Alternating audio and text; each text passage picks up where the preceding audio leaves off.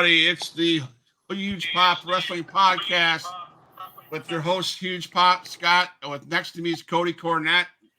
Next to him is Rico. Big B Bryson's on the bottom with Nikki D. How you guys doing? We just got off of WrestleMania 40 and the Raw after WrestleMania 40. We're going to spend some time talking. We're hopefully going to share the screen and give our thoughts on WrestleMania 40, night 1 and night 2. And I do not have the match list there, so you guys will have to help me. Give me one. And and we can do Raw. So I am going to let you guys go first because I have very little to say about WrestleMania. I loved it. But I can feed off what you guys say. Yeah. If you guys want to watch Matt and Scott's reactions, the video will be going up tonight and have at it on there. But for us four, let's get into it. You guys. So the first match, Rhea versus Becky. Correct. So Cody, I've been waiting to hear your thoughts on this one. How do you think that match went, man? Okay, so you really want to hear my thoughts? You sure? Yes, I do. Are you positive? Mm-hmm. So, okay, let's put it this way. Rhea Becky, the promo and the story that they told for Rhea Becky should have been told for Bayley Io, and the promo for Bayley Io should have been, and the story should have been for Becky Rhea. They flip-flopped the stories, and the intensity of Bayley Io did not match their story, where the intensity of Becky Rhea did not match their match. I have to agree, man. That's pretty well put right there. I follow. Yeah, that makes sense. But all in all, that was a good match. It was not terrible whatsoever. You know, it showed, Becky's resilience, but Rhea's dominance. Mm-hmm. Yeah. I think on Friday's show, Monday's show, we called it the Michael Jordan flu when he played with the flu and scored like 50 points. Oh, Becky had 102 fever, man. And she performed like a beast. Yep. So. Yeah, that's what I was thinking. I missed the question. I got some audio issues. So, what was the question? Rhea Becky, what's your take? How you doing, Dad? Overall, I enjoyed the match. But I didn't know that Becky was sick until literally yesterday. So I was like, man, well, Becky really didn't perform like we're accustomed to. But the right woman won. I don't think Rhea deserved to. She don't need to lose just yet, anytime soon. I don't think. But because I don't think she's feuding with the right one that needs to take her title, which is Jade Cargill, in my opinion. But wait, sorry. Can you say that one more time? Can you say it one more time? Don't say it one more time. Here. Jade Cargill needs to take Rhea's title. That's just my.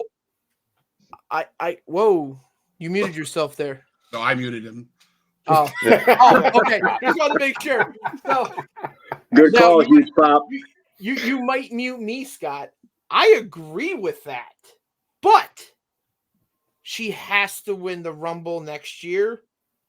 Yeah. To set up for Rhea next year at Mania. I think Rhea should hold it till next WrestleMania. Get that Roman ideal for Jade Cargill to have that win. I don't think that she should go to Backlash France and beat the living piss out of Rhea Ripley and just get that title. I would. No, I'm not saying She's got to work her way up, just like everyone else. Got to work your way up. Oh, yeah, because Ronda did. Ronda's Ronda, though. Yeah. Right. I know. That was different, I guess. Yeah, you got a point, but, Ronda's... I don't think Jade's as big as a crybaby as Ronda is, so... Oh, that's fair. And plus, Ronda could probably kill half the people back there, so... Also fair. Yep. I was going to say, all I kept thinking about it, I don't know if you guys remember this or not, but remember Becky, you could tell she was off a little bit, and it made me think about when Michaels wrestled Psycho Sid. Mm-hmm. And this was back in the day, and Michaels had a temperature of like a 102 or 103, and you could just see something was off. That was years before like social media and all the news and like Twitter or X or whatever. So you didn't know he was sick until afterwards. And for her to go out and perform like she did, plus being the match that kicks off the show, that's so much pressure. And my wife and I, she even said it too. She commented a couple of those bumps that Becky took, like, gosh, that when you're that sick and your head is pounding, you know that crap hurt. Like, so she worked her butt off, being as sick as she was. Well, I just hands down, she deserves all the applause for that, man. The great ones play hurt. There you go. There you go. So I was trying to oh wow, sorry, I'm having a brain fart. Match 2. What was match 2, Cody? Match 2 would have been what I think should not have been match 2. The ladder match, the 6-pack ladder match, which I think was a total clusterfuck. as much as it was a ladder match, it was a shit ladder match. I think for me, I had high expectations because my mind is going back to the Dudleys, Edge and Christian and the Hardys. You know, that's where my mind was going. Like, this is going to be just like that. It wasn't terrible, but like you said, it was entertaining. It was a cluster.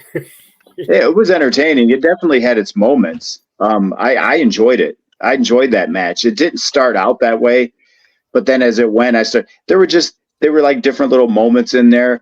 Like I think it was during that match too. Because you had Miz and R-Truth, and I sent you guys that text in the group text, and I was like, this is why everything R-Truth does is gold, because he's standing outside the ring, and like there was whatever that was happening, and it was like taking a minute to get going. So he stood out there and he was trying to get the Miz to tag him in. I was like, dude, A hot tag. and I was like that. And I'm like, dude, he's going to do it too. He's going to tag him, and it's going to get a huge pop. No pun intended, huge pop. But I'm like, dude, he's just that was so cool. And to see him act, oh my gosh, what's their faces? Austin Theory and Grace. I was like, really? I got upset about that. I'm not gonna. I was like, really? But I can't think of anybody that was upset when R-Truth climbed the ladder and pulled the belts down, like, at all.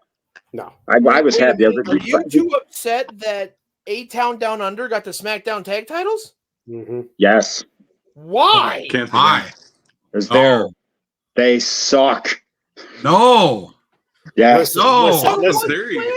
What? They compliment one another, but you want my honest opinion? No. When they got those belts, I was like, oh, freaking, are you kidding me? And that's because, they're probably good at their jobs, but at the same time, I wasn't, whatever. I wasn't happy. I jumped up and down like a little kid on Christmas. That was great. I was happy for them. What? No. See, I like them separate.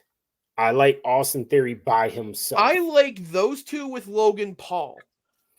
Honestly, if I can get those three plus Pretty Deadly, that's a stable. That's a stable that could go on for years. Are you talking about Frozen on Ice over there?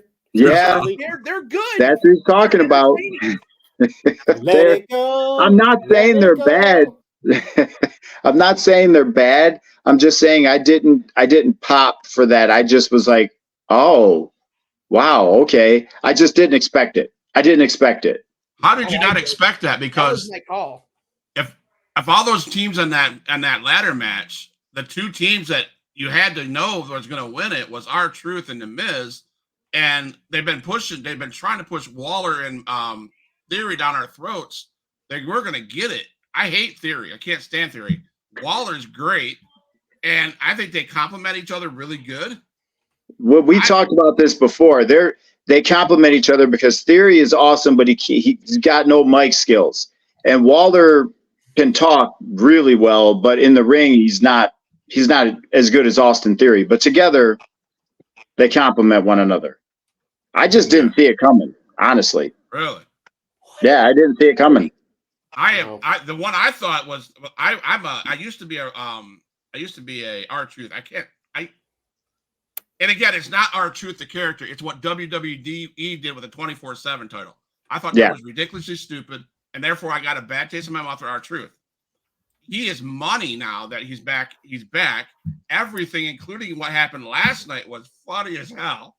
So he's gold. He's like, oh my god, he's gold, and he's with the most annoying guy in the world, Miz. I think they complement each other perfectly. Shockingly, they do. Miz is one of my favorites of all time. I'm sorry. Miz is awesome. Hey, let's not knock the Miz. I love the Miz. Wait a minute. There's nothing wrong with that. Miz is awesome. Come on now. I'm so sorry. That was great, Scott. To be fair, I've been a fan of the Miz since day one. There you go. Since day one, I have been a fan of the Miz. He has been from reality show to WWE champion. Yep. Twice. Yep. And I watched him on the Real World before so he's not like a dude. You think about Bailey, okay? Somebody who's a fan and got into the business as a fan and busted their butt to make it. That was him. Because on the Real World, he was obsessed with wrestling, and the other people in the house are like, "What are you doing?" And he was acting like a wrestler. And he would act like The Rock or whatever. But I watched, because I never watched The Real World, and that was the one season I started watching it, and when he was on there, and he was great. He was my favorite person on there. And then when he got into Tough Enough, I was like, "Hey, that's that dude." And he was a fan from the beginning, and he busted his butt to actually be taken seriously. And look what it's like. Look at his career, dude. Yeah, he's awesome. Come on, Huge Pop. Miz is awesome. Also, he's just mad that Miz is better than Sting, so. One of few superstars that has never been injured. Well, Miz is one. Yeah, he's never. Has he never been injured? He's never been injured. injured. Miz has never been injured. He's just taken time off to go do movies. Wow. Okay, I didn't know that. He's never been injured. And he does a safe style, but it's a style that pisses you off when he wants to be a heel, and it's a style that you can get behind when he's a babyface. Mm-hmm. Granted, he's not a good babyface, but still, point stands. Wow. I didn't know that. He's that Ted DiBiase, to where he's a heel all the time, and you just love him because he's so sweet at being a heel. Mm-hmm. Exactly. Yeah. No, but I was kind of really rooting for DIY. Why? Yeah. Okay. I love DIY and NXT. I hate that they fucking leaned into this DX stuff. I hate it. I hate it agree. so much. No, I don't disagree with that. I don't because it's like you're kind of comparing them with DX and throwing them over there. Let them be themselves, do their own thing. They were already themselves. They were already established. So why they come out like Michaels and Hunter is weird. I don't know. I mean, yeah, it's cool, whatever, but not to me. I don't like it. They already were established. They were already their own characters, like for years. Mm-hmm. So just let them be themselves. We were talking about that on Monday. That how we liked how they came to the ring. Like for X, they came out as DX. New Day came out as Rocky and Apollo. Yeah, Apollo Creed. Technically, he came out as Apollo Crews from TNA. Well, yeah, but so that was cool how they did that, So I had to throw that in there. I'm sorry. Yeah. I thought the right people won. I am excited about. I will say this. I'm excited about R-Truth and the Miz. Me too. The Miz. Okay. I hope they go on and keep those titles. I think they're gonna be funny, and think they're gonna be fun to watch. I have a theory for the tag title division, or at least a division in general for Raw. I think the Judgment Day will be the new Bloodline. Finn Balor will be IC champion soon. Dominic and JD will be the tag champions. Rhea's World Women's Champion, and Priest is World Champion. That's how I see that running. You read my mind, man. I kid you not. I was thinking that because when Priest, I don't know if anybody, I don't want to spoil it for nobody, but when Priest said, all rise. It's time you finally all rise for the Rise for the judgment day. Judgment Day. I Yeah, just sat there was like, this is Bloodline 2.0 about to happen right here. kind of. Jay, Kind of, yeah, because they were falling apart before, and then because that's one part I did see. I did see that part of Raw. Yeah. I cannot stand JD McDonough. Like he has the most punchable face in WWE. Thank Like you. That's fair. He's not good. He sounds horrible. I can hardly understand him. Like I changed the channel, and I'm like a kid on Christmas morning when he's getting beat up. Like I'm please, steel chair, ladder, table, something, just destroy him. So you were happy when he took that insane bump that he did. Off the ladder. Yes. Through the Yeah, table. during that match, I was like, "Ooh, man!" Yeah. Yeah. What does Yeah. Lena call him? The an overgrown little person. That's what he looks like. Yeah. That's unfortunately fair. What's the next one? The next match is what I think should have been the second match. It is Rey Mysterio and Andrade versus Santos and Mysterio with the help of Taylor Swift's brother-in-law, Jason Kelsey. Mhm. Well, it's in Philly. It was in Philly. He was. Yeah, you knew that was going to happen. When I saw two white gentlemen dressed up in lucha masks, I'm thinking, man, Gallus is really falling down the ladder. Like I said, is that Luke? I didn't know what was going on. I'm like, who are they? I was just like, this is just bad. Dude, That was not one of my favorite matches to watch. No, I'm but a I was racist. kind of upset that Carlito didn't turn heel. Yeah, I was People are waiting for it. upset by that. I was waiting for it, man. I even said it in the group message. I was like, and Carlito's about to turn. I mean, personally, if there was one match that could have like done a kickoff match, this was it. Right. Night one had left me unsatisfied because they had so many opportunities for that match for Carlito to turn. Didn't happen. Yeah. They had so many, and a couple other matches on night one. You were waiting for it, and all of a sudden went to the commercial, and I'm like, why? True. But I will obvious. say, yeah, and I said this in the group chat that we had going too. Andrade, how freaking good is that guy, man? Thank you. I couldn't stop watching him during that match. That dude is insanely good. I don't know why I never noticed before. And maybe I have, but just on display in that match, he's stupid good. Yeah, I watched him in good. NXT. I watched him when he came up to the main roster, and then when he went to AEW, and that guy's always just he's crisp. Everything he does is crisp. His moves are fantastic. His bumps, like everything he does, dude, is just good. Mm-hmm. Good. I mean, I just watched him primarily. I didn't hate the match, but that's why I sent that in that thing. I was like, dude, this guy's freaking off the chain, man. He's very talented. That's why I marked out when he came back. I was like, oh. Yeah, I remember that. It didn't really take much convincing. Thank you, AEW. Yeah. right. Oh my goodness. Everybody got Huge their... Bob, What do you think about Andrade? I love that. I was I had the other things to do. I missed where Rey Mysterio's first partner was going to got beat up, and so they inserted Andrade, and I was like, okay, this makes no sense. Then I started watching it, and he's good. He is amazing. I wasn't a fan of that match. I'm glad that Dom got his ass beat, so I was happy there. I'm not a Dom fan. I think he's a great heel. And I do have a heel thing at the end of the show that I want to share because it's my brother's fault that I like heels. Anyways, Yeah, sure, we'll go with that. But I'm okay with the win. I'm glad Ray got the win, but I'm bored with the Dom Rey Mysterio crap now. Get over it. It's done. Let's not have another one. Thought it was done last year. Yeah. Right. When they announced it at that SmackDown when Ray came out and Oh, I'm pointing at you.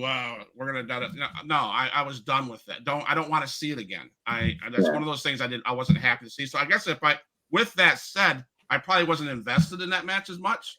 Yeah. Because I could care less.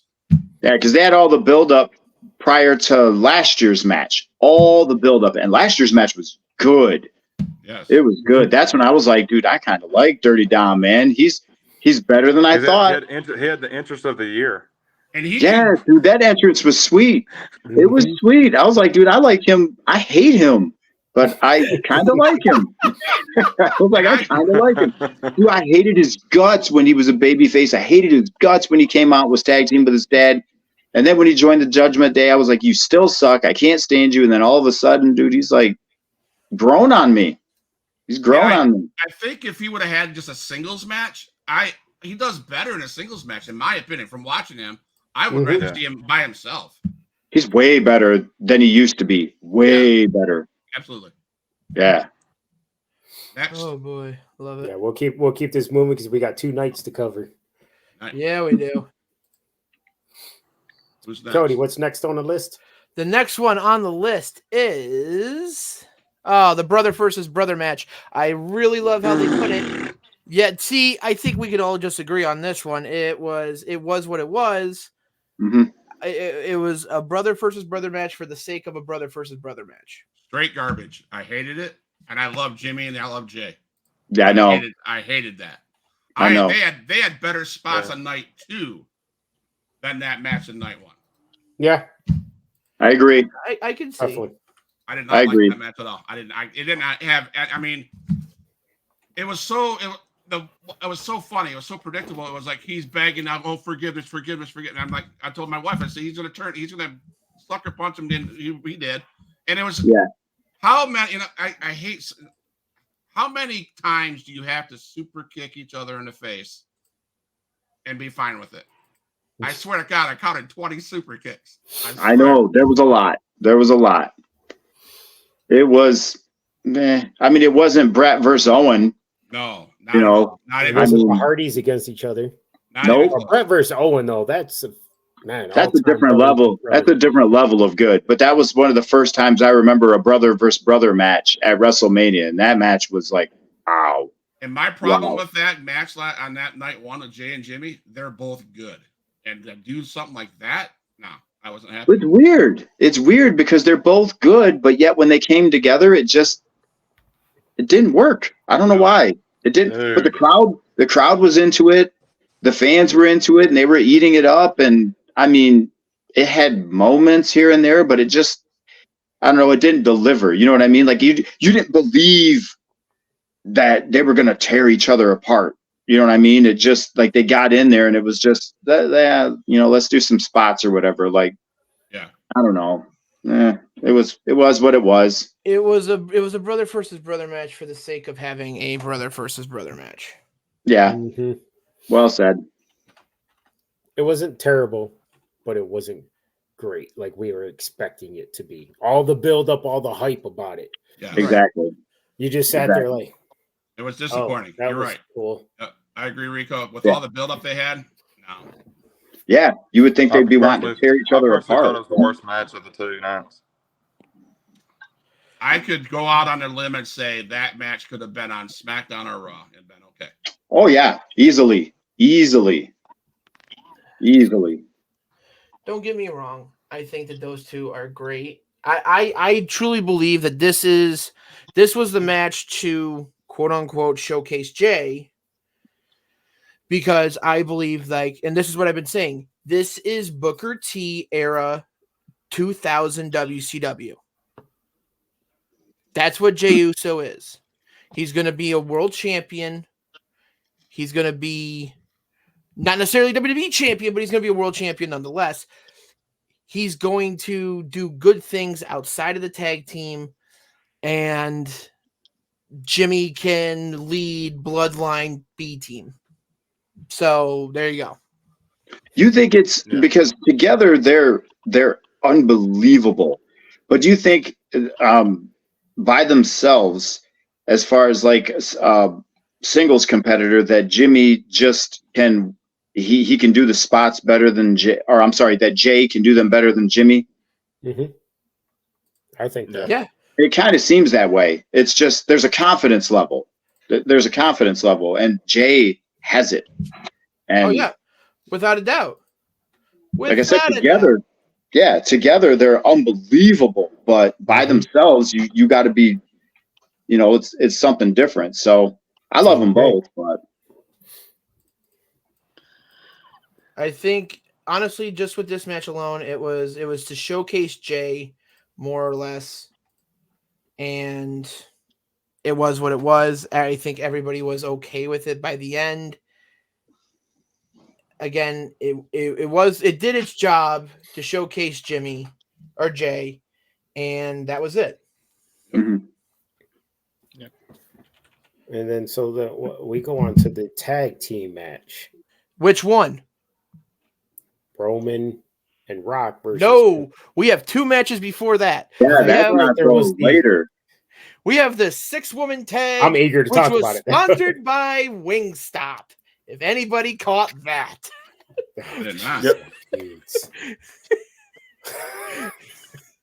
I'm sorry. I just find it funny that was sponsored by Wingstop. The Luchador match was sponsored by the Lipton iced tea drink that was from Mexico. Yeah. It's like, really? This is what we're doing now? Yep. I'll summarize that match in one sentence. It showcased the 3 that won. And they did a damn good job showcasing them. That's pretty much all it needed to do. And Jade Cargill, I will say this, even with that freaking white paint down her face, she looked amazing. She did everything I thought she would do. Yeah, I thought it was great. I don't even know what to call that. I don't either. I was like, what is that? What are we doing? Kind of war paint. She forgot where her eyeshadow went. She went right down the middle of her body. Whoop. That looks good. You guys better talk about this match because if me and Rico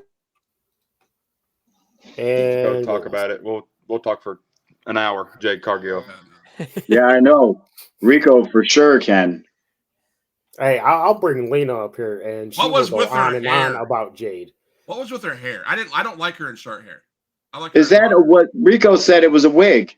No, her actual hair is short, but when you see her with the long hair, that's her wigs and stuff. Oh, I didn't know that. So that's her actual hair. So she has she has a weave. Yeah, basically. Okay. That is the correct term for what you're trying to say. Okay. She looks stunning, and I my God, all 3 of them women in that ring that won, I'd run the other way if I see them in the alley. They'd beat my ass. I wouldn't even try to even compete. Bye. Yep. It showcased them. They were good. She had all the hype when she got in there, and she delivered. She delivered. I got to give her that. I know I give you crap all the time, Rico, but she delivered. She did all right on that stage. She did all right. But let me ask you guys this: do you think that it kind of made the women's tag team champions look pretty weak? The Kabuki Warriors. Did? In a sense, it did. Yeah. Really, just made them like they were nothing. Yeah. Yeah. It just showed the dominance of. Yeah, but maybe that's what it was intended to do. And that's why I'm like, do we see Jade and Bianca go for the belts, or Naomi and Bianca, or I would rather see Bianca and Jade. Personal preference. Yeah, and then you could have them win the belts, and it could be something like the Mega Powers explode. Yeah, and then you could build that and have them go at each other. I wanted to see a turn on one of those 3 that night. I'll say that. And my last thing that I'll let Cody talk. The last thing I will say this: I'm glad WWE is treating Jade Cargill better than AEW did, because they had AEW. Tony Khan had a gold mine with that chick, and I was impressed as hell when she was in that storyline with Cody Rhodes and Randy Rhodes, and it was like it went this far and it hit a brick wall, and I'm like, what the hell? What are you doing, Tony Khan? You got a massive beastly woman that you could do so much with, and you screwed it up. And then she was off TV. Mhm. Yep. Shocking. Yeah, that's shocking. Oh, that- AEW, shocking. that's Tony Khan, dude. But no, yeah, I watched her in AEW, and like that whole with Cody and Brandy, that was awesome. And then all of a sudden, it just like someone just hit the light switch, turned it right off, and it just disappeared. Yeah, Yeah. then they gave her the Goldberg streak and then have her lose her last 2 matches out the door because Tony Khan's a freaking halfwit. Right. And I was like, and the thing is, and that goes back to my thing about Cody Rhodes, okay? Here we go. It's how you use your talent. It's how, and that's what happened. Tony Khan didn't use her well until now. She's getting here, and I hope Tripp and I hope The Rock, if he's on the board of directors, I hope all that team treats her and uses her like she should be used. It was said quite a few times in the Hall of Fame, and it was said quite a few times this weekend at WrestleMania. This whole new Triple H era is starting off with a bang. I mean, it's the best that it's the best that we've seen in years, honestly. Yeah, if you could think of just if like the worst match, I think somebody said it. They felt the worst match of the 2 nights was Jimmy versus Jay, which wasn't even a horrible match. That's saying something, because I enjoyed night 1 and night 2, and yeah, and that's what it goes back to, understanding just like he did in NXT when he was running it, and sometimes you got to listen to the people, unlike Tony Khan, who listens to, like, he lets the to coin a phrase, he lets the inmates run the penitentiary, right? You can get ideas from people, but you still have to have control. You still got to have somebody who's like, okay, well, we're going to do this. And then you have to create stories, and you got to create something that's sustainable. You got to create moments, and I think that he has that creative mind because he's been there, and he can let people express themselves, but then also put them in situations where they can be like the best versions of themselves, and not just like go for high spot and all this stuff, but actually tell a story, and you can just see it. You can see it happening, dude. You can see even in the matches, there were moments. There were moments in like little something in the matches where you're just like, oh yeah, I will remember that. That will stick out, So yeah, it's off to a good start in my opinion. Yep. What's next? Next match is the one of 3 that I believe was match of the night, except for one little spot. Gunther versus Sammy for the IC belt. Oh yeah. A lot of people were upset about that one. Really? Yeah, you didn't see a lot of people like, why did you lose that to Sami Zayn? Sami's good, but come on, to beat Gunther. Dude, I love Gunther. Sitting there watching, even my wife was like, oh, your boy lost, at the end, but just the beating that he gave Sammy, and Sammy kept getting back up, and just the spots in that match and how physical it was. When he won, I was like, and I think I even said that in the group text, I was like, I can't even be mad. I can't, because it was that good. That match was that good. The chemistry and the way the crowd was worked, and it just was like, I can't even be mad. Plus, it was so cool when he was coming out and he was walking. Then KO was there, Kevin Owens, and he talked to him. He was like, go get him, or go get yours, or whatever he said to him and stuff like that. And he was all pumped up and came out, and it was. I loved that match. I loved it from the time they came out through the whole match, and then when it ended, like I still sat there kind of like, dang, he lost, but I couldn't be mad. I couldn't be mad. Yeah, awesome Just match. like you said, hands down, that was a phenomenal match, man. Yeah, awesome. Really was. Yeah, dude. Gunther is like, he just can work. He understands ring psychology. He understands the importance of like working the crowd, and he's believable. When he does his moves, and he's believable. And when he takes when he's like taking moves and he has to bump and stuff like that, he sells his butt off. Like, the dude is just good at his job. He's just really good at his job. Right. And obviously so was Sammy. So yeah, that was cool. I loved that match. I think you're right, Nikki D. For me, the spots started in the back. Mhm. All the way from his walking in the hall, he bumped into I can't remember who he bumped into, but then he turned the corner and there's Kevin Owens, and you're like, oh shit, and he's like, dude, go get it.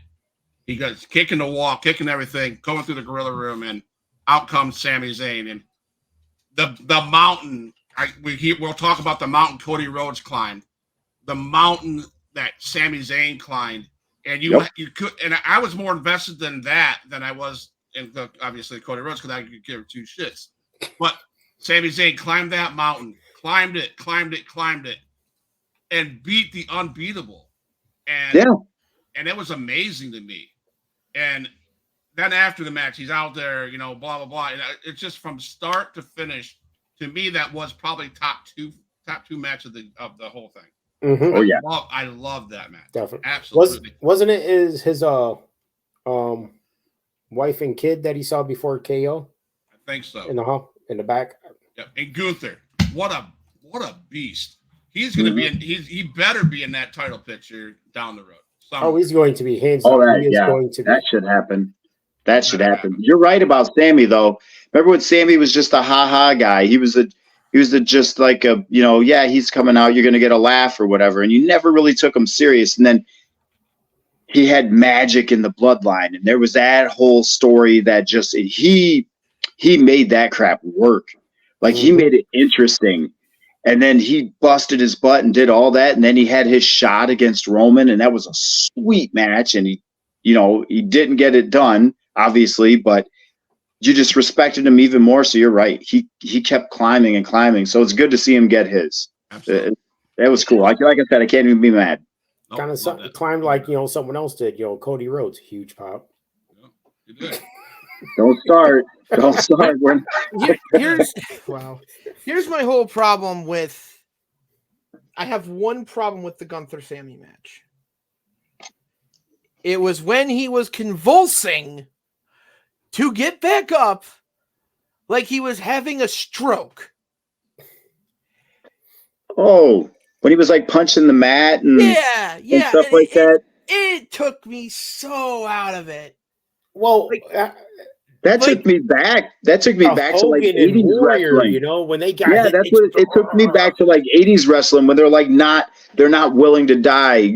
Like I don't know, like a Ric Flair or something hitting the mat and getting up when Michael's already kicked his head off once, and he's like, no, and he's getting back up. Except it was a little more exaggerated with Sammy. I will give you that. A little bit. It was more exaggerated, but yeah. I see but I do see where you're coming from. Yeah, you look like a cat with rabies. Here's the thing.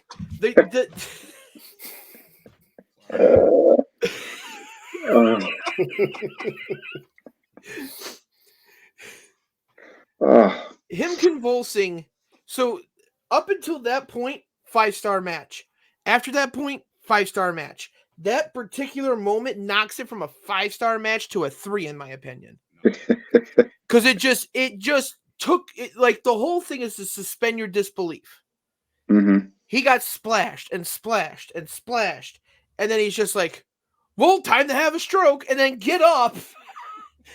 And then, like, if he would have just, like, played possum, got up, did the haluva kick on the top rope, did the brainbuster on the top rope, and then did the two haluva kicks, there would have been no problem, no nothing. Just let it go. Like, if Gunther would have taunted just a little bit more towards his wife, and Sammy would have just gotten up and did the haluva kick playing possum, fine. But trying to suspend the disbelief of him having a stroke, kind of hard to do. Oh, jeez. Yeah. I see it. I see it. before we get to the tag match, this is up to you, Scott. We can lump in the tag match and the main event of night 2 together and just move on to night 2. Yeah, we can do that. Okay. So do you want to? I don't know. I think he wants to do night 2 final by itself. I could tell by his face. He's like, No. We can do night 2 and that. But I want to start with the matches before that. I want to lump that into night 2 at the end. You know what I'm saying? Yeah. Okay, we'll do that. So- we'll start with night 2. So- Let's start with night 2. Match number 1. McIntyre versus Rollins started off strong, immediately hit the finisher button, went for the Claymore, and kicked out at 2. And then it took 3 more Claymores to put away Seth Rollins. Yep. Kind of pissed by that. I said this in a group chat. I was wondering if maybe Seth was actually hurt, but they didn't want him to look so weak in the match. So to show his determination, he'd keep kicking out of the Claymores, just to show something, because he didn't have a whole lot of offense in that match. Nope. Right. Nope. Yeah, I think he was, because he was. Well, again, I'm not trying to get ahead of ourselves here, but the whole thing after the Rhodes and Reigns match, when he was out there, the boys were like helping him. They were helping him. Like if he was still selling, okay, but it was like there's no point at that time when it's all done and the eyes aren't on you, and they were all helping him, like Kevin Owens and everything. So he was jacked. I think he was jacked up, like seriously jacked up. I think he was. Going into that match, and I think he just it just showed his toughness, but I think he was messed up going into it. He was probably messed up going into night 1. I mean, we all know about his back and everything else, so yeah. That was the only thing I could gather from it. I'm like, man, because Seth does that. That's not Seth. That's not Seth at all, man. Yeah, he was hurt. Yeah, I think he was hurt. I think he was hurt all along.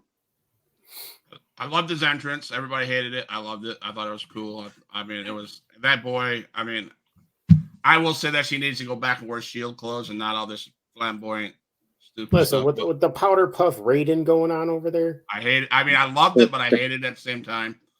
That match to me was everything it should have been. It showed it has a story, and the story was at the end, because it really wasn't about Seth and Drew. It's about Drew and his dislike of CM Punk. Mm-hmm. That man's gold. I hope he stays around for a long time. Not Drew McIntyre, but CM Punk. He's gold. He's money. And just how he taunted CM Punk with that little crawling to the ha ha ha, and then CM Punk screwed him in the end. And that's the only part I didn't like. Okay, and maybe it's because I'm not a big Damian Priest fan. Whatever that is. But again, and I would have been pissed off if it would have happened to Cody Rhodes. So I'm glad it happened at this point instead of Cody Rhodes. Oh yeah. Right. To be fair, I wanted it to be Cody so fucking bad to piss off everybody. I did too. I pissed off everybody. This pissed me off because guess what? Drew McIntyre bust his ass. He's been busting his ass for 6 months. Yeah. To be where he's at. And you give him the freaking title for 5 minutes and 47 seconds. I know. But that cockiness, and that's.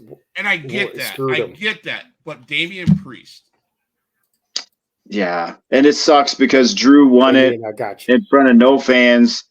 He got that amazing pop when he eliminated Brock Lesnar during that Royal Rumble.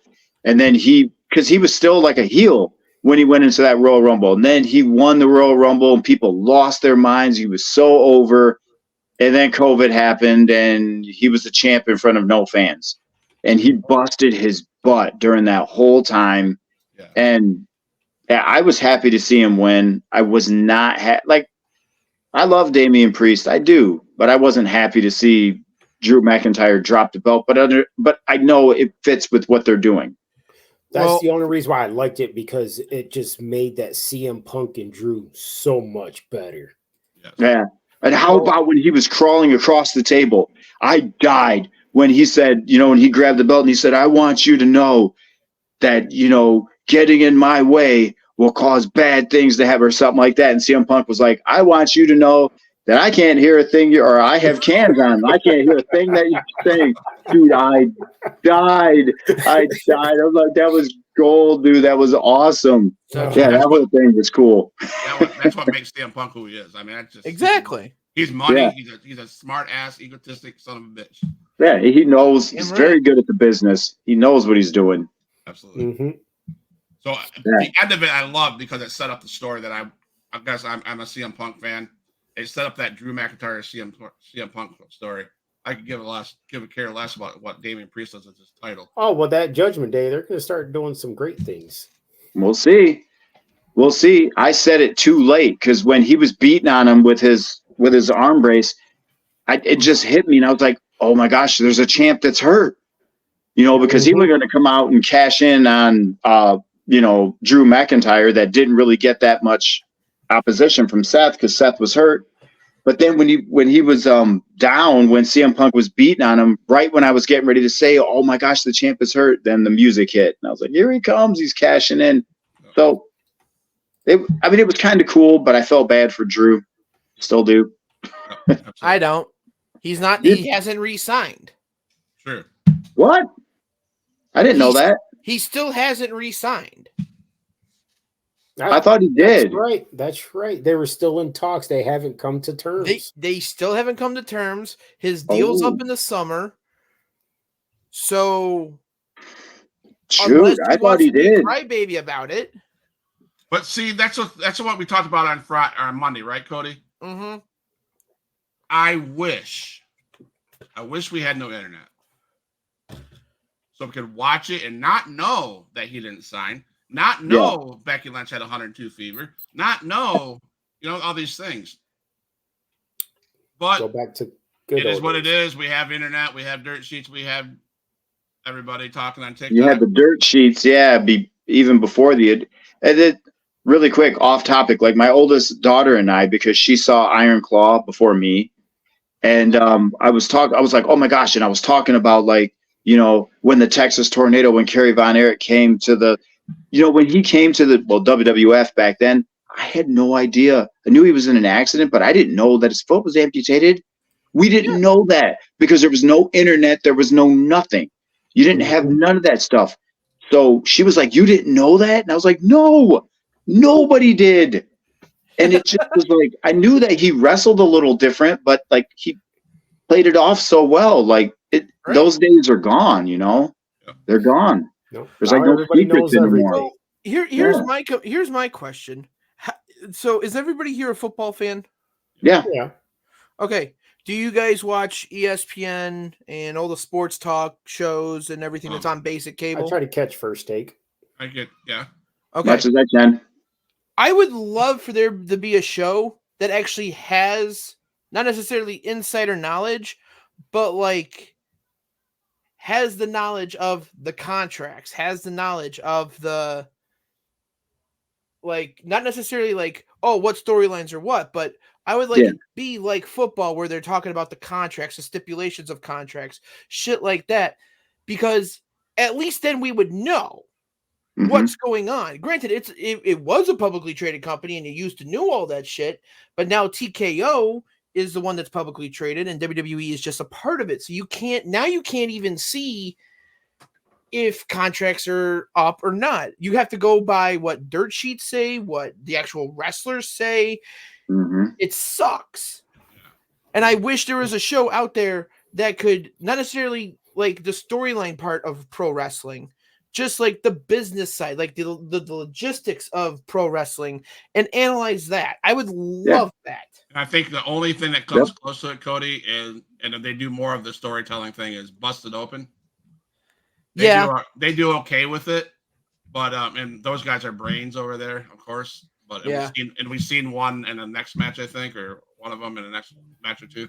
The next match we do see them, but before we go, I just wanted to point out that the fact that it took Seth Rollins 4 Claymores, and it took Lesnar 1. pisses me off.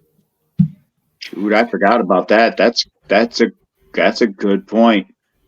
Mm-hmm. Brock That's a good Lesnar, point. former UFC heavyweight champion, takes one kick to the face and gets a 3 count. Seth Rollins, who couldn't even beat up his own daughter if he wanted to, has to take 4 of them to finish a match. Right. Well, when he took that Good first point. Claymore, when he took that first Claymore at the beginning, I'm like, okay, they're going to do a 5-minute match. I thought it was done. I thought it was I thought done. it was I done. thought it was done right there. I thought it was done. Yeah. Like, makes sense. He's hurt. So, yeah. And then he kicked out. And I'm they like, quick. okay. And I think I would have been okay with that because knowing Yeah. that Seth Rollins is hurt, I'd have been okay Right. with that. And then still have the cash in. Yeah. Like, I'm okay Yep. with that. Yep. I agree. Gosh, I didn't even think about that. Yeah. Makes Drew look strong, makes Seth look strong, looks Punk look strong, makes Damian look strong. You make 4 people look strong with just one maneuver. One Yep. maneuver. Yep. Next match. Can't believe this was won. The Pride versus the Final Testament in a 6-man hardcore match. I just With special guest referee Bubba Ray Dudley because he was at the Hall of Fame Friday night. Only thing I gotta say about that match is the only part I liked about that match is when he took the glasses out of his pocket and told him to get the table. Bang. Yep. That's exactly what I was going to say. That was my favorite part of the match. Oh, he's got his glasses. I marked out, man. I was like, oh, shoot. Not bad. That, B-Fab putting Scarlett through the table. I like that Could part, care too. less. I'm sorry. those 2 women need to be nowhere near, unless both of them were set on fire and they fell off the stage on the tables. Then I would have called it a moment. Other than that, those 2 needed nowhere near this match. Oh, my gosh. Those 2 are not, I'd say they're not, I'm not trying to dog on them in any way. They're not wrestlers. No. And that's why I thought it was sweet for her to get put through a table because they're not wrestlers. They're just managers. Yeah. They try to put them in these little matches here or there to get them to wrestle, but they're not wrestlers. Right. Yeah, the fall through the table was just like, it looked like an accident. It didn't look like a real, It just looked like, hey, B-Fab, we're gonna go through this table. Yeah, we are. Yeah. Fall backwards. Like, it was. Watching Scarlett or B-Fab wrestle is like watching a baby deer walk for the first time. It is just bad. I'm sorry that, and not to mention, we're calling the Street Profits and Bobby Lashley the Pride, which is just at that point just makes me think of lions and the Lion King, and then Simba, and then I'm thinking who's Simba, and then right, exactly, and then you have the Final Testament, which is a religious thing in WWE, and they're not doing any sort of type of religion stuff at all, except Karrion Kross saying, I change people when I fight them. Yay. That match did nothing for me except for that. No, I just want Karrion to get that push. I want Karrion to get that push by himself. The only thing that match did for me was to remind me to go get more food. That's what that match did. There you go. Next. Oh, gosh. Next match that I could have cared less for, but it was still a good match. AJ versus LA Knight. Well, that was a good match. I liked that match. I can't stand LA Knight. AJ Styles was in a style of wrestling that he's not like known for in brawling. It was a clash of styles, no pun intended. It sucked. I thought AJ held his own. I thought LA Knight held his own. Mm-hmm. It was what it was. It was like more AJ bringing the TNA AJ out. Nah, because if he was bringing the TNA AJ out, he'd be WWE champion right now. Well, I mean, I think he should be in the running for it, but no one wants to give him that push. WWE, talking to you. Yeah.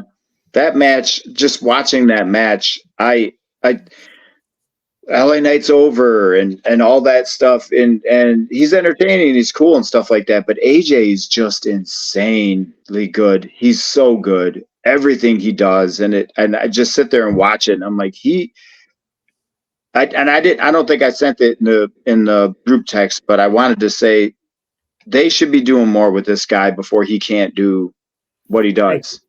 They should be doing more with him because AJ Styles is freaking just so good. He's so awesome. Like, dude, he's so good. You're keeping him on dude, the mid card. he's so good that The Undertaker was like, I want to work a match with that guy. That's For my a final very, match. very small list of people where he said, I want to work with that guy. Like, he's supposed to be done. He's like, I want to work that guy. He just gets it. That's how good AJ is. That's how good he is, man. And then he's just there. Like, I feel like he's just there, and he shouldn't be. He should be utilized somehow. Yeah, that's how I felt watching it. I don't dislike LA Knight, and I didn't hate the match. It was just AJ. I just watched him. I think you're right. He was in a style of match that doesn't suit him. So I think it was tailored more to kind of showcase LA Knight. Mm-hmm. But dude, AJ Styles, man, like, come on, WWE. I'm saying, man, you use them before you lose them. Really. Yep. Yeah, Just but they're like not just gonna like do a that. huge pop said earlier, you know, Tony Khan had this gold mine with Jade Cargill, didn't do anything. Well, WWE, you have AJ Styles, and you're not doing anything with them. Mm-hmm. And that's the thing is, like, I don't mean to keep harping on it, but the boys see it. Like, Cena was like, I want to work with this guy, man. He's like, everybody, they all see it, and they want to, and he works great. He works great with everybody. They're like, dude, this guy's freaking awesome, man. He can work feuds. He just, like, don't use him to, like, make other talent, you know, like a stepping stone. He's too good for that. And he still has miles left. You know what I mean? So Easily. yeah, I agree. I mean, glad that he's the spokesman for Slim Jim, but other than that, I could care less about LA Knight. He was over. Well, okay, so what I get that because he was so over when the Fiend was around, right? He had all that good. That's when he was hot. Mhm. And all of a sudden it lost steam, and now you're trying to get it back. And I'm like, yeah, okay. We've seen this before last year. You screwed that up. He should have had a title, in my opinion, but somehow, some way, it was gone. Now you're trying to rebirth this guy against AJ Styles, which needed to be in a different match than that. And so I just that match, in my opinion, was odd. It didn't need to be there. Again, it could have been a Raw or SmackDown match. Yeah. That could have been, definitely. Next. Let's go to the next one, Cody. The next match is what I thought was damn near match of the night or match of the weekend. The United States Triple Threat match. Logan Paul, Kevin Owens, Randy Orton. A glorified 2-on-1 handicap match. I loved everything that was involved. My two favorite moments of the entire weekend is in this match. Kevin Owens coming out with the damn golf cart and then hearing Randy Orton's music play and go, I'm gonna go pick up Randy, and then fucking haul ass back, and then he's like, come on, and Randy's like, fuck it, it's WrestleMania, I'm in my 40s, who cares? And then I don't know who the streamer kid was. Good on you for taking the bump. But when Randy Orton looks you dead in the eye on the announcer table and goes, "Oof, oof, oof," and then RKO's you, you are now a meme for life, motherfucker. You have now just done crystal clear great things for the internet. Thank you. I don't even know who that guy is. And my 9-year-old daughter was watching with me, and she knows who he is. And she was like, "What's he doing there?" And she said his name. And I'm like, I don't even know who that is, but he's about to get messed up. That's all I said. I was like, I don't know who he is, but he's about to get messed up. And he did. You got more than messed up. Like you said, I agree that match was just top notch. Oh, yeah. It kept you on your toes. You didn't have a clue which way it was going. Logan Paul ended up winning. I don't dislike Logan Paul. I just really wanted Randy to win. That's the only reason why I got upset at that match, because I was pushing for Randy. Yep. And I think Logan Paul For me, anyways, he earned his flowers. That boy. Oh, without a doubt. Oh He yeah. can go. I mean, I've seen him against Ricochet colliding in the middle of the ring. And I thought that was amazing. But he continues to perform on the big stage. Oh yeah. He deserves that title. I up to that point, I was like, no, why do we have this internet YouTuber having a title? But I think Cody said, I didn't realize, who was he trained by? Who did his training? Was it Shawn Michaels, right? Yeah, Shawnee did it. I mean, and you can tell. Dang, Oh yeah, I you didn't can know totally that. tell he's trained by the Showstopper. I mean, Yeah. So that boy earned his right. I mean, for me, as a fan of wrestling now, he earned it. He put on a damn good show. He's put on, what, 3 WrestleManias in a row? Two Has it already been 3? Wow. 38, 39, 40, yeah. And I'm like, And oh my God. And he's gold. So Huge Pop, was it me and you talking about it, or was it me and Lena, not Lena. Sorry. Talking about Logan Paul against Montez Ford. You and I. Those two in a match. That would be banger. Mm. Oh yeah, that works. I'm down with that. That'd That would be a That'd be something. freaking match right there. Yes. Yeah. Those boys, For the U.S. title. did you put that see how title on high? I Ford. mean, let's talk about that. Montez and Logan Paul got so high with that frog splashes that they're like Dude, Montez Ford, yeah, he almost ended up in the front freaking row. 20, I was like, 20 dude, he's going to clear the barricade. Yes, 20 That feet was in the air. I'm like, insane. what? Yeah, that was insane. And I think I said it Monday. People that want to say that shit's fake, I'm sorry. When you go 30 feet in the air and you're coming down, you're gonna get hurt. There's Oh, no yeah. faking You're gonna feel nothing.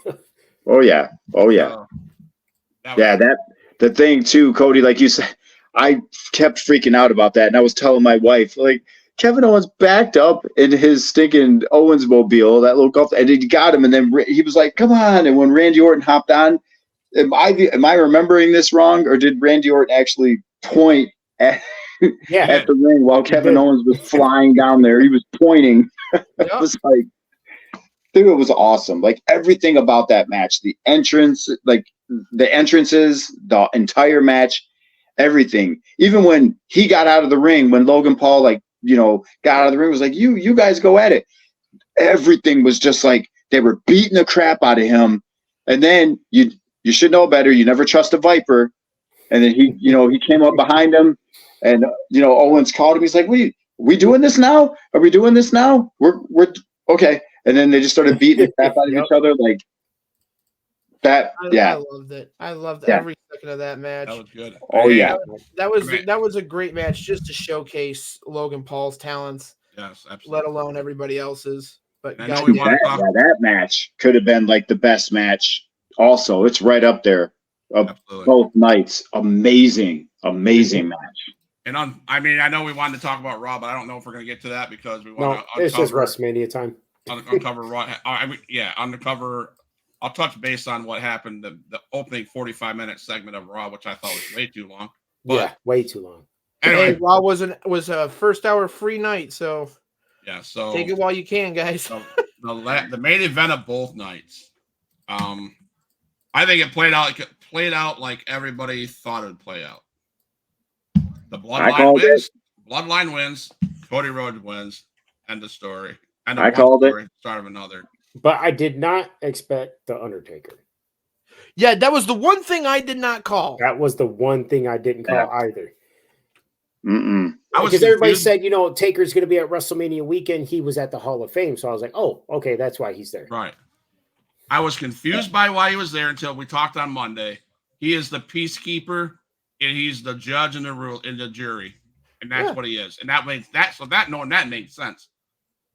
Cody pointed out on Monday that choke slam was hideous. He doesn't need to do another freaking wrestling move ever. That is one of top 3 worst choke slams he's ever done. That was bad. But was that him, or was it The Rock just not getting enough hype on it? I couldn't tell. I don't know. He's in a flying Elvis gimmick, so he's trying to not tear his goddamn pants. But dude, he started out kind of, I don't want to say iffy, but he was a little on in the tag team match. So if we back up to the main event of night one, but then by the time he started rolling and getting his groove back, The Rock fighting on the outside of the ring with Seth Rollins was giving me, and I might be alone on this, but was giving me like flashbacks to when he would have those fights with Mick Foley, and they're out there fighting all over the place and taking bumps and stuff like that. He kind of reminded me of like what he used to be. Then he was in it. And then he was, I think it takes you a little bit, just like when Austin came out and he fought Kevin Owens, like it took him a little bit to get going, but then once he got going, it was like, that's Austin. Mhm. That's what I felt like with The Rock. Like it took him a little bit, but then when he was going, but they were freaking like, dude, wow. Him and Roman were like freaking chiseled, dude. They showed up in shape. Night two, I will say this. I didn't realize it until I watched it again. Night two, Roman looked amazing. Mm-hmm. Night one, he looked lost. Yeah, I agree. Like, mean, my God, like, what am I, like out of place. And I don't know if that was The Rock, because there was more spots for The Rock than Roman on that night. And I don't know if that was just makes because sense. he's The Rock, Everything Well, because Roman had to go again, though. Because Right. Roman had to go again. And I get that. Everything from his entrance, that entrance overshadowed any of those guys' entrance, in my opinion. Oh yeah, That was Mhm. amazing. But that's Yep. The Rock, So I mean, night one was good. But it was what everybody thought. But it was a good match. They put on a really good match, and Absolutely. we knew what was going to happen. But it was one of those, okay, put together a good match and make us enjoy it. Yeah. And I enjoyed it. I thought it was a very good match. Albeit predictable how it was going to end and everything. And it was, you're like, great, night two is Bloodline rules and everything. But that tag match was enjoyable. And it just, and I feel like Seth, he looked better in that match than, so I don't know if he was banged, because I know he's been banged up for a while, but he seemed more limber and more whatever in night one. In night two, he just was like he looked like he just got off a gurney or something. Like Well, he did could you barely notice do at the anything. end of night one, you barely saw him towards the end. You barely saw him. He spent quite a bit of time outside. That's why I was like, I wonder if something tweaked or he was out. Good point. Yeah, that's a good point. That's right. So maybe it happened during that. And yeah, it was, that match was good, and it was a good setup for night two, I thought, in my opinion. And then night two, Huge Pop's favorite part, his favorite. He's sitting there angry texting. I hate this. Cody crybabies. Yeah, I can't even remember everything he kept sending. I was like, it's okay. Like, dude, man. No, I mean, someone was a little salty. No, he was going crazy. what did I say? No, but all I gotta say, okay.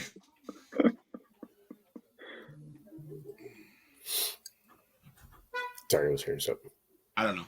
I'm okay with the match. I'm okay with our new champion.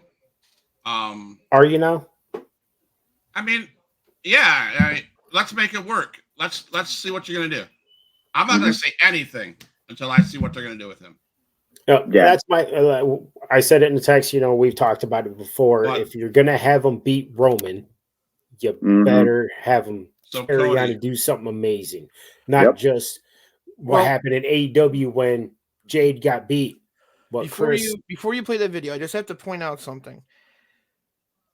For night one, when I saw Rock and Roman looked good physically. Rock looked like he needed to go work on his boobies again. He was sagging skin on his pecs again. Was he?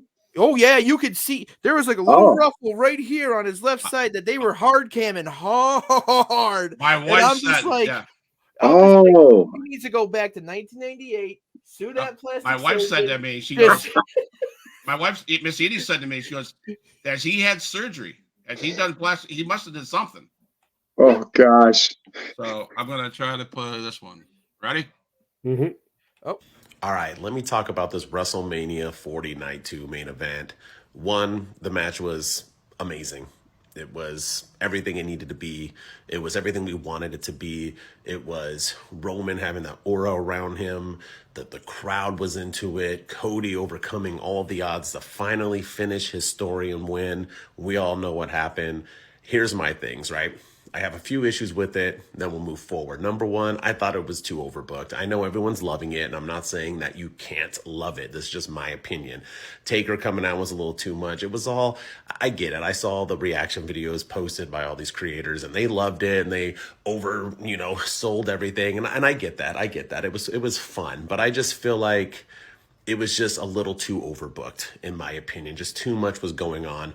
I did get fooled, though, thinking that Moxley was going to come out with the Shield thing. I'm not going to lie. I did a watch along, and it's on there, but I actually thought he was. But nonetheless, the other thing I didn't like too was that the fact that Roman got no love at the end. I just posted something about this, but Roman having that title reign end, he deserved a standing ovation for what he did. I'm glad they celebrated with Cody, but they could have moved on with him, and Trips could have allowed, Rock to bring up Roman finally and get him in the ring and let the crowd thank him and applaud for him, because this man deserves it. I'm telling you all, we're going to find out right now, right? This is where I'm getting at.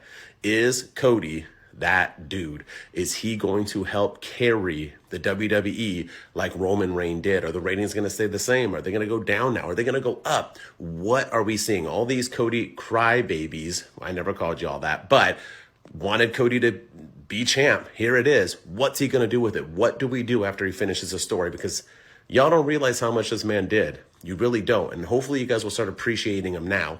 So with that said, I want to applaud Roman. I want to applaud Cody. I want to applaud The Rock, everyone, even Seth, everyone who built up this main event.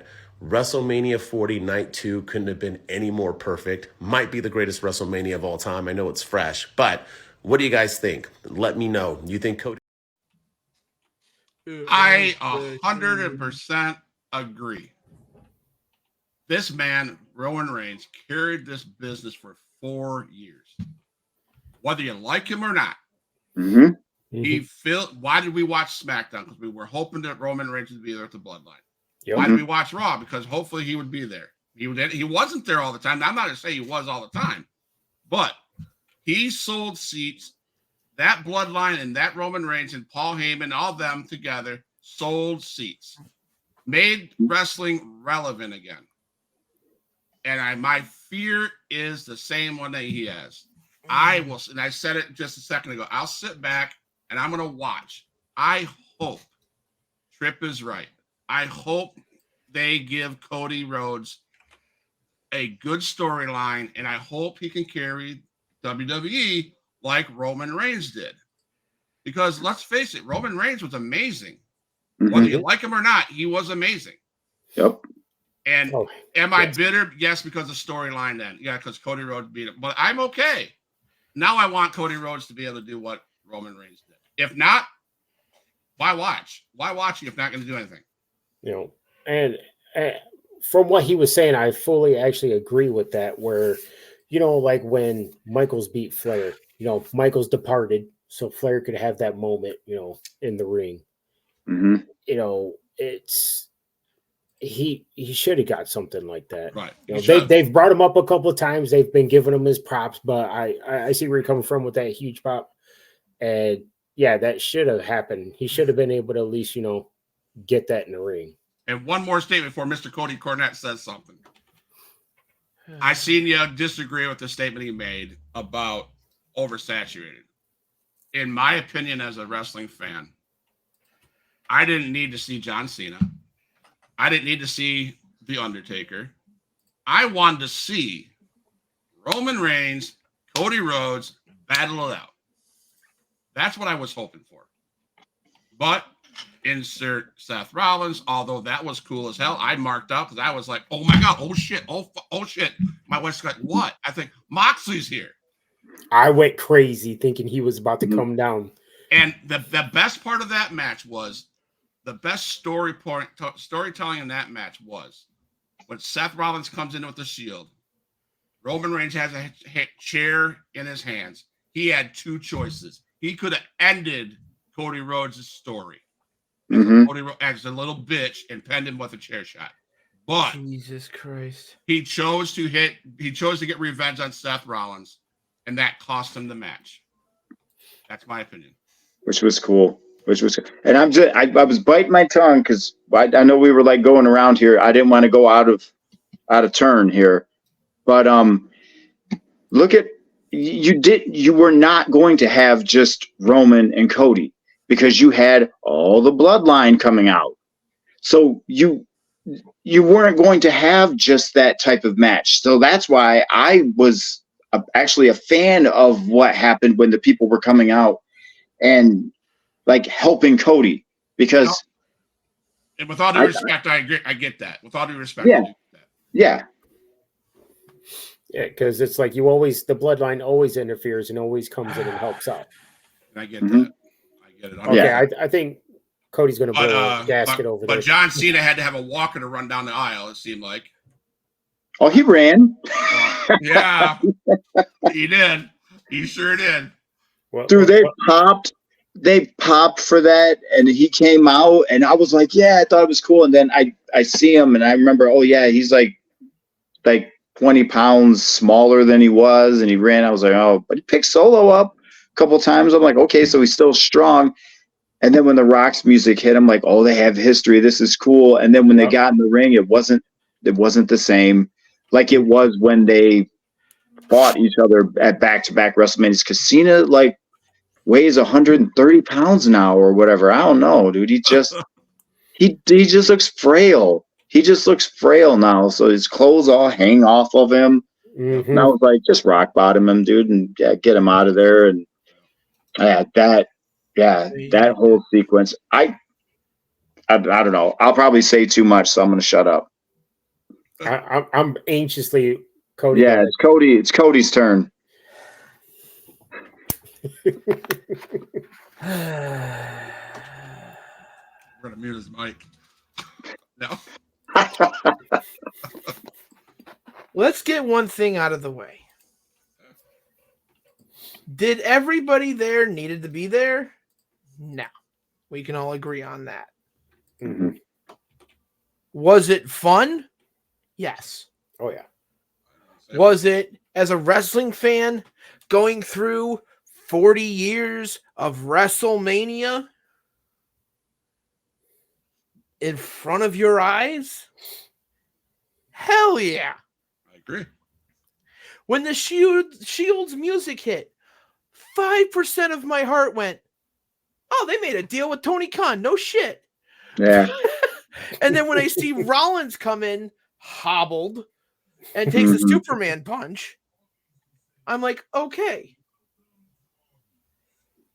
But no shit, it was overbooked. We knew it was going to be overbooked. You stupid SOB. Anybody that thinks, oh, it shouldn't have been that overbooked. Let me get my keyboard and tell the WWE how I think it should have been done. No. You knew it was going to be overbooked. You knew shit was going to hit the fan. Hell, 99% of us fans all thought Austin was going to be coming back and taking out The Rock. No, what did they do? Swerve us and give us Taker. I'll take it. Mm-hmm. Top 3 worst choke slams, but I'll take it. Oh, yeah.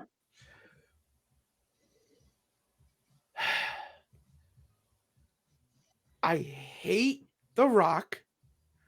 I've said it before. Gold, dude.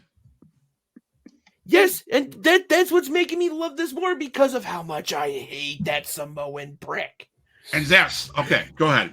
And I'm going to insert what I wrote down. I wrote down this: baby face versus heel. Our champ needs to be a heel. The Rock is a freaking genius. He's a heel. Roman Reigns was a heel. I hated heels. I couldn't stand MJF, and then my brother blasted it in my head. You don't like MJF because he's a heel. You don't like MJF, and MJF's doing his job because you hate him. He's a good heel. Why did I love Roman Reigns? Because he's a heel. Why do I Mhm. dislike that? I don't know if I dislike Cody Rhodes. Why do I don't think it's going to work? Is because he's not a heel. And because we have not had a heel champ in a long time. Damian Priest is no baby face. He's a Nope. heel. He's a heel. CM Punk. People will say he's a baby face. That boy is He's a between heel. he's in the middle. I will say this. I'm really thinking that they're trying to do a double turn here with Punk and Drew. I don't know, but I don't like Cody Rhodes. I guess I don't like Cody Rhodes because he is a baby face, and I don't see it working. Well, I mean, look at you had yeah, Hogan. Hogan was a baby face. yeah, in a different era. I know. But I'm just you'll saying. find out. Yeah, you're gonna find out if the fans if they're in love, if they're truly in love with Cody as like the guy, Oh, they are. or or if they were more in love with the climb itself. Like think Daniel Bryan. Daniel Bryan, they were so behind him, like they had that whole Raw takeover and that whole thing, and then they booed Batista at the Royal Rumble, and then it was like I felt like a lot of fans were in love with the climb, and then when Daniel Bryan got hurt, when he did climb the mountain and he won the belt, and then he was like gone for a minute, then it was not the same. Like that magic was not there. I don't know if that'll happen to Cody or not. We're gonna have to wait and see. But when that referee's hand hit 3, I don't know how I felt, because I was happy for Cody, love Cody. But at the same time, I loved Roman because Roman he's like, I don't know. It's like you knew what you had at the top. You knew you had a guy who was a draw, and you knew you had a guy that was going to put butts in seats and sell merchandise and all that stuff.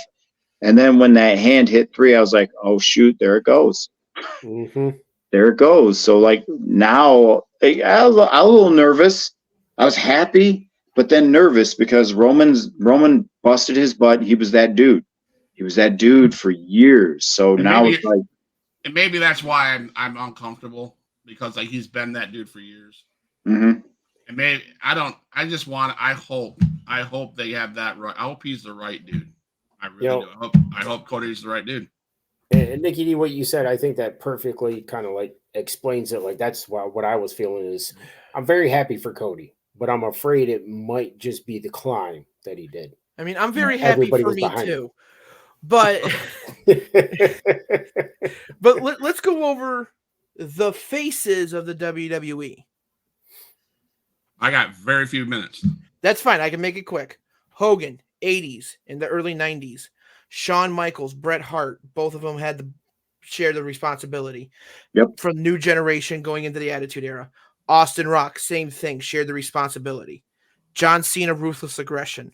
Supposed to be Brock Lesnar, but he said, hate to travel and hate people, so 86 this, I'm going to go play football. Yep. So it became John Cena. And then it was forced to be Roman Reigns until he became a heel. Before he was ready, yeah. It was forced. So he was the first corporate machine-pushed face of the company that we all can say we hated. Mm-hmm. Because we would rather have had Daniel Bryan than Roman Reigns. Not me. Mm-mm. And that's Put fine. the haterade down, Huge Pop. Yes. But it's just it's very hard. And now Cody is that next face of the company. I believe he's going to be, regardless of what happens, my opinion, he's the John Cena that we want. Who's we?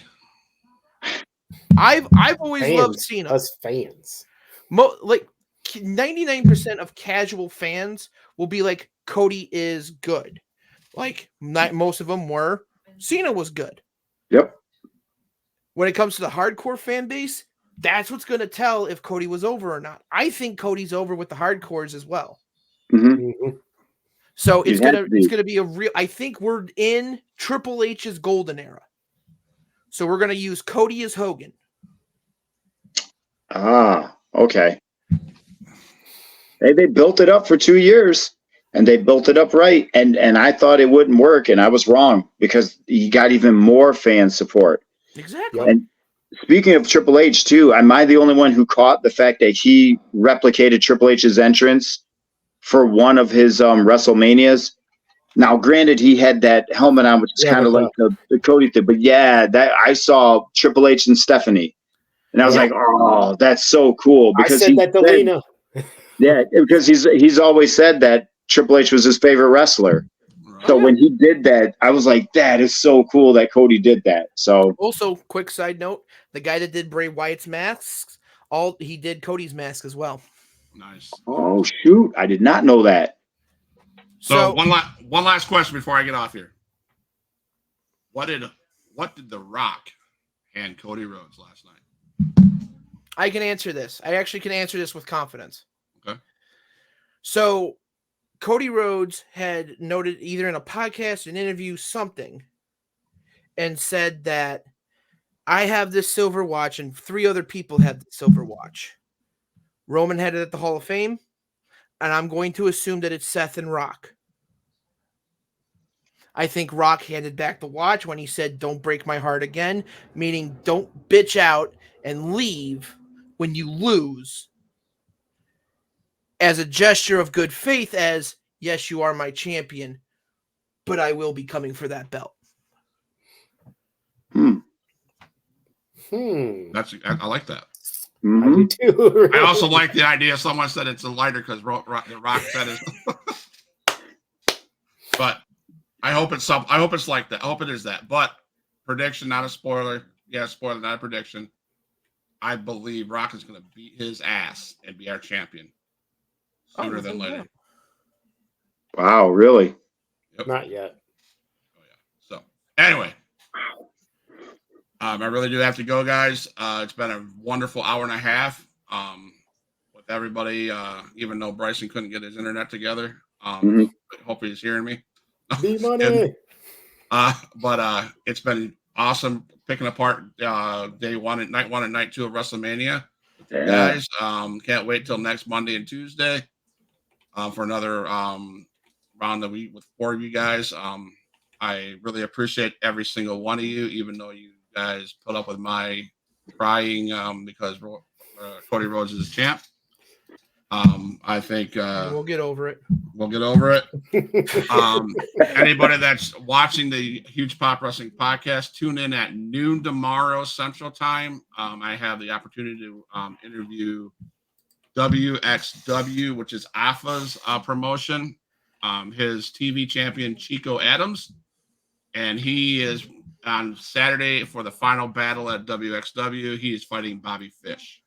So we'll hear about Bobby Fish and all that stuff, plus a bunch more. So again, thank you, Cody. Thank you, Rico. Thank you, Nikki D. And everybody that's watching, like Cody said, he's going to put this on YouTube as a video here tonight or tomorrow. Yep. So look out for that. Anybody have any closing statements before I play the music? No, just thank you guys for watching and tuning in, man. Yep. Cody? Fun. Thank you guys for watching the YouTube channel. Please keep on subscribing to the YouTube channel. Likes, click, subscribe, share. Helps us out. The more people that watch, the better content we can put out. So we love you all, and thank you for the support. Huge Pop Wrestling Podcast. We're out. All my dogs, make some noise up in this house.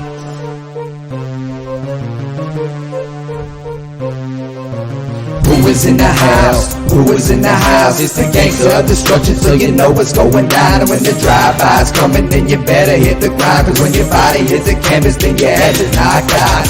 Who is in the house? Who is in the house? It's the gangster of destruction, so you know what's going down. And when the drive-by's coming, then you better hit the grind. Cause when your body hits the canvas, then your head is knocked out. Fight with Adrian Whisper is like a fight with the devil, because when he's dealing with you, you cannot get on this level. Fight with Adrian Whisper is like a fight with a king. It's like a fight with an army. They got the tanks and everything. He's leaving bruises and stitches, possibly leaving you crippled. Cause when he sets up the table and sends you straight through the middle. 6 sadistic free, beat that ass with a light bulb. Leave a piece of glass embedded in the back of your skull.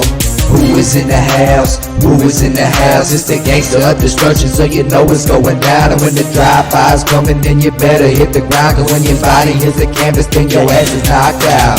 Who is in the house? Who is in the house? It's the gangster of destruction, so you know it's going down. And when the drive-by's coming, then you better hit the ground.